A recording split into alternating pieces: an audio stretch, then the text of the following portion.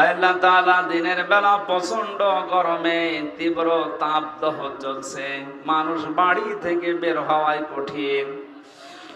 এরপরেও কোরআনে কারিমের আকর্ষণে তোমার যে বান্দা বান্দিগুলো আজকের এই ময়দানে এসে চাতক পাখির মতো তোমার ঘৃণিত বান্দাদের সম্পর্কে শুনছিল, আমরা একটা কোনো রকম বলেছি, যারা তোমার সীমা লঙ্ঘন করে তাদেরকে তুমি ঘৃণা করো।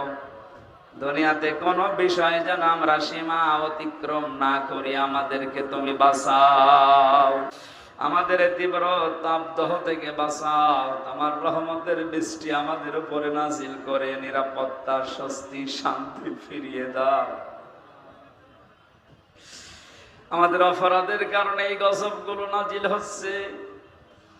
আল্লাহ তাআলা আমাদের অপরাধগুলো তুমি আর দেখো না, এগুলো নিজ গুণে গাফফার নামের খাতিরে মাফ করে দাও।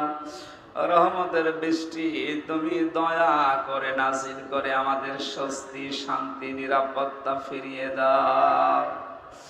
পৃথিবী বড় গরম হয়ে গেছে আল্লাহ, আমাদের গরিব দেশে যদি 44 ডিগ্রি সেলসিয়াস চলে আমরা কোথায় যাব? তোমার রহমতের দিকে আজ হাজার লক্ষ বান্দারা বান্দিরা তাকিয়ে আছে।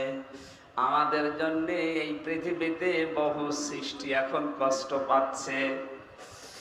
আল্লাহ তাআলা অন্যান্য সৃষ্টির কি অপরাধ, কি দোষ আমাদের গোনার কারণে তাদের শাস্তি দিও না।